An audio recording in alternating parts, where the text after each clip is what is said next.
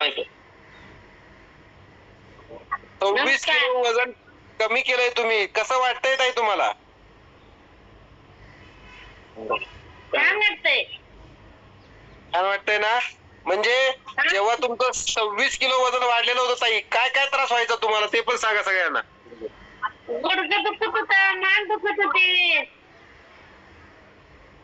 Okay, जब इनका 26 KG fat ज्यादा था तो उनकी गर्दन दर्द कर रही थी और उनके घुटनों में भी दर्द हो रहा था, क्योंकि इतना सब प्रेशर बॉडी का उनके घुटनों पे आ रहा था 26 केजी का.